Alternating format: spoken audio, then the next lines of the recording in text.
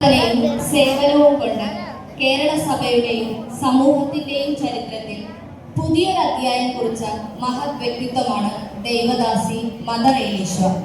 1831 വൈപ്പിനിലെ ഓച്ചന്തുരുത്തിൽ ജനിച്ച മദർ എലീശ അന്നത്തെ കാലഘട്ടത്തിലെ സ്ത്രീകളുടെ ദുരവസ്ഥകളും സഹജീവികൾക്കുമായി അവർ സമർപ്പിച്ചു.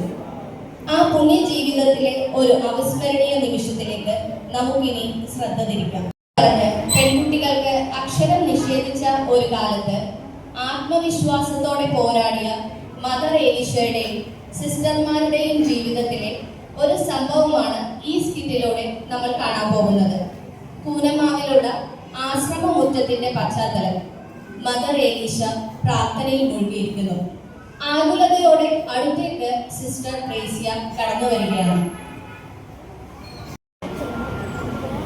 മദർ, പുറത്ത് നമ്മളെ കാണാൻ ഒരു പാവം പെൺകുട്ടി വന്നിട്ടുണ്ട്. വീടുകളിൽ ജോലി ചെയ്ത് ജീവിക്കുന്ന കുട്ടിയാണ്.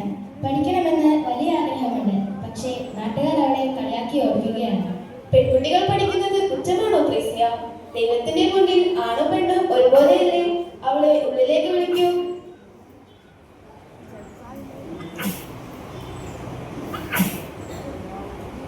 മോളെ, പേടിക്കേണ്ട. എന്താണ് നിന്റെ പേര്? ലക്ഷ്മി. അമ്മേ, എനിക്കും അക്ഷരം പഠിക്കണമെന്നുണ്ട്. പക്ഷേ പെണ്ണുങ്ങൾ പുസ്തകം തൊടാൻ പാടില്ല എന്നല്ലേ നാട്ടിലെ പ്രമാണിമാർ പറയുന്നത്? അറിവാരുടെ സ്വത്തല്ല മോളെ, അത് ദൈവത്തിന്റെ ദാനമാണ്. ഒരു പെൺകുട്ടി പഠിച്ചാൽ ഒരു കുടുംബം മുഴുവൻ വിളിച്ചു നേടും. നിന്നെ ഞാൻ പഠിപ്പിക്കാം.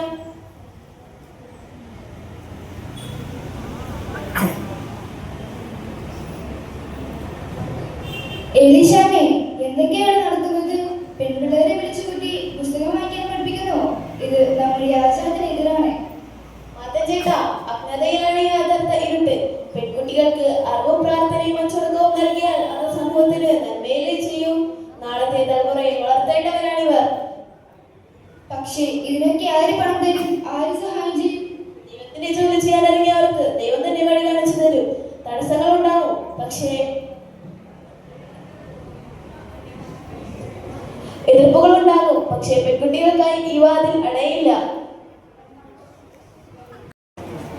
ഈ അക്ഷരങ്ങൾ നിന്നെ വഴികാട്ടിയാകും. പോയി പഠിക്കുമ്പോളെ. നന്ദി അമ്മേ, ഞാൻ ഈ ഉപകാരം ഒരിക്കലും മറക്കില്ല.